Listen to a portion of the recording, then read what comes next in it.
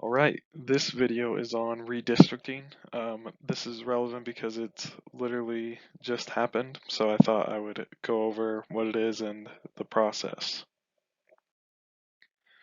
So redistricting is the process of drawing new boundaries for Utah's congressional districts, state house and senate districts, and state school board districts. So they literally take a map of Utah, draw it up and split it up between these things. So there's 4 congressional districts, and those are our congressional representatives, 75 state house districts, 29 state senate districts, and 15 state school board districts.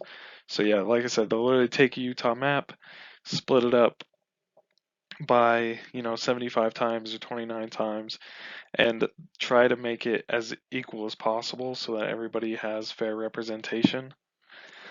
So ideally, if they have 75 state house districts, each one would have 15 people or however many.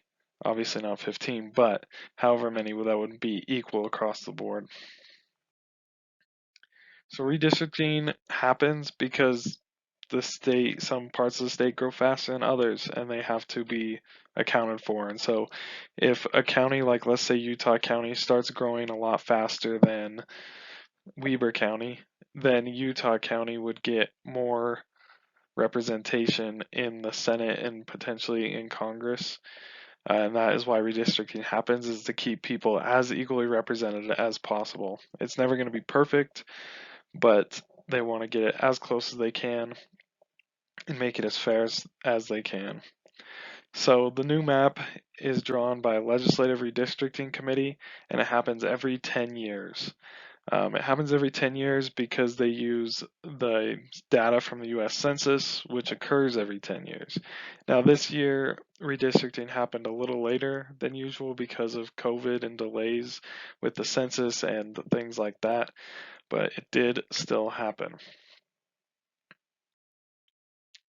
So the legislature they draw the map, but they also consider feedback from the Independent Redistricting Commission and the public, and also they receive feedback from the public through the Independent Redistricting Commission.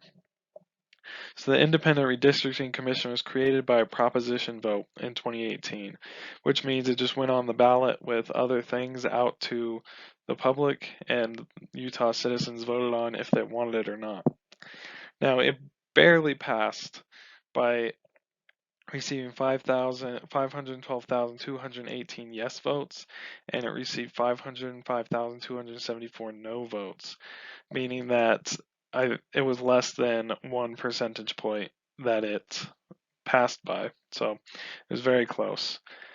For redistricting this year, the Independent Commission held several public hearings and created 10 maps for the legislature to consider. So if you want to look at the new maps, they can be found there, redistricting.utah.gov. They did not go with the Independent Redistricting Commission maps. They went by the maps drawn by the Utah Legislature Commission. And yeah, if you want to look at them, you can go there and look at them. But that is the end of this. That was just a brief overview of what redistricting is.